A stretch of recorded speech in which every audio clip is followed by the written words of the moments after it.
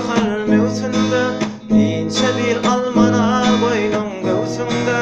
Ya innem farkım yok neçe olsam da, beni terk etsen söylerim seni. Gündüz hayalimsin geceler düşüm, yeterli dermedi ya seni yokşum.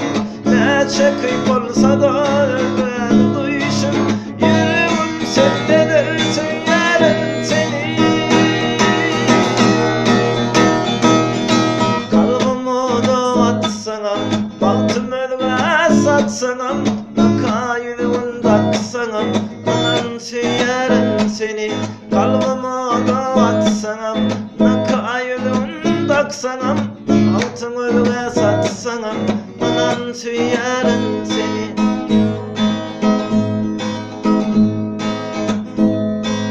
Yanadır bağıtımı açıldı övsüp, koydum ardolundan umuttan kesip.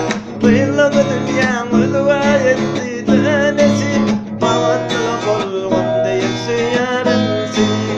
Beydim benim baracak girdim hoslarım, sonra yarlar senden beri dosyarlam. Yüdüm salyan batıp dakman duyarım, dillere koysam söylerim seni.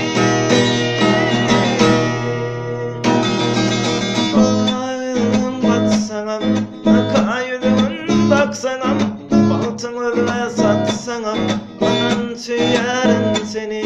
Kalbimi dağıtsanam, bahtımı da satsanam, bakayım baksanam, anan söylerim seni. Gülacın aydın sağlığımından, geçip gittin geçip gittin dilimden. Gülacın aydın sağlığımdan, içinde sen geçip gittin dilimden.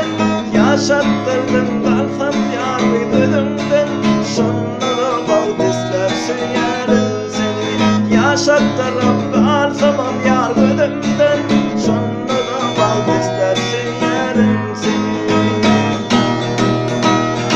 Kalbimi dağıtsam, baltımı da satsam, bakayım baksam, anan söylerim